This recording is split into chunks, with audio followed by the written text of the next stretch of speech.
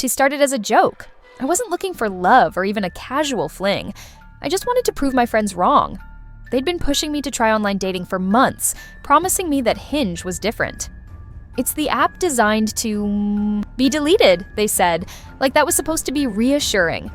So one Friday night, wine glass in hand, I downloaded it.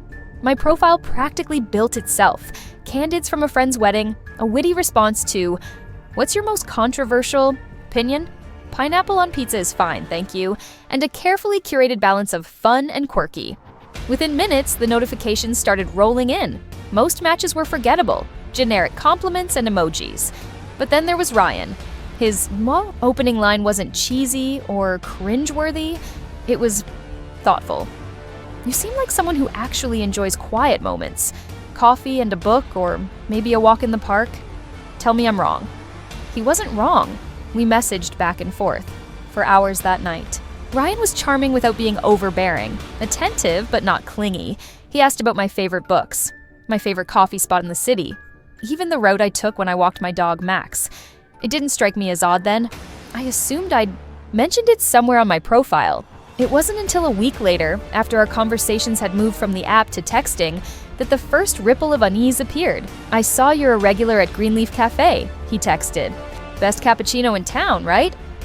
I stared at the message for a moment, trying to remember if I'd told him about Greenleaf.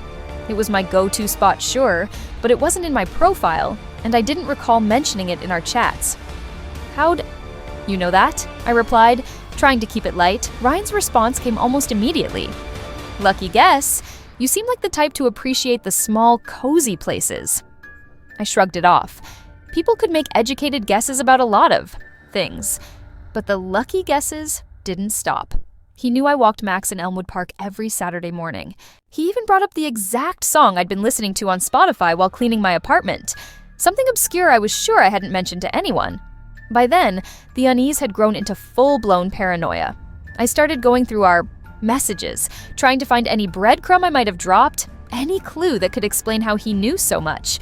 I found nothing. When I finally confronted him about it, Ryan's reply was calm, almost soothing. "You're overthinking this, Kat," he said, his voice steady over the phone. "We've just clicked. Sometimes you can tell a lot about a person without them saying it. That's what connection is." But it didn't feel like connection.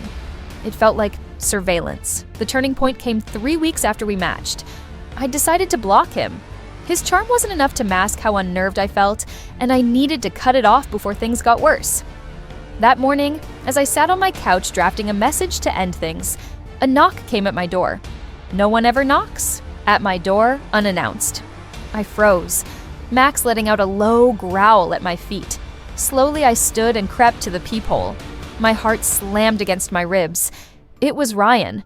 He smiled, holding up a cup from Greenleaf Cafe and a bouquet of flowers. "I thought it was time we finally met," he said, his voice muffled through the door. I didn't move. My phone buzzed on the coffee table, his name lighting up the screen with a text. "Are you going to open the door, Kat?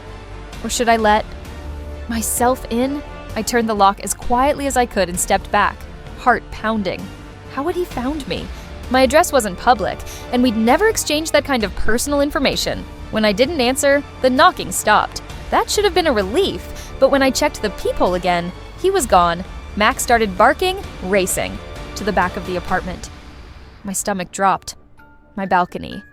I turned just in time to see the sliding glass door creak open, his silhouette stepping inside.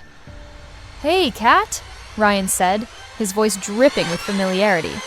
"Let's talk."